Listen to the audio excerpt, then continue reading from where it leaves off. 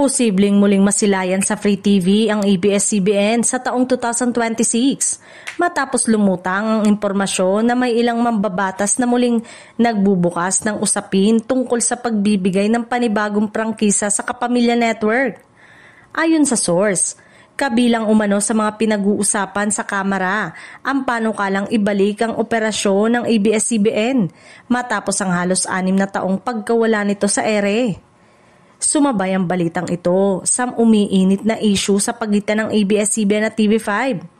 Napabalitang hanggang December na lamang ang kasalukuyang collaboration ng dalawang network dahil umano'y bigla ang pagtaas ng block time fee na hinihingi ng TV5. Dahil dito, nagkaroon ng hindi pagkakaunawaan na maaaring magtulak sa tuluyang pagwawakas ng kanilang partnership, ayon sa ilang media observers.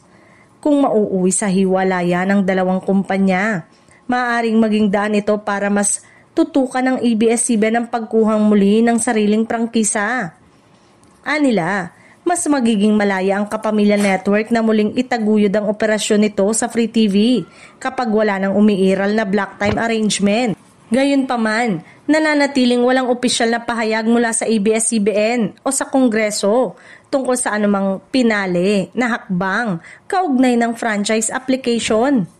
Patuloy umanong minomonitor ng mga taga-industriya ang magiging desisyon ng mga mambabatas sa susunod na mga buwan.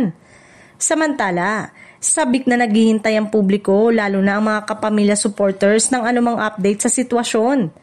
Inaasahan ng marami na kung magiging positibo ang mga pag-uusap sa Kongreso, maaari na muling mapanood ang ABS-CBN sa Free TV sa pagpasok ng 2026.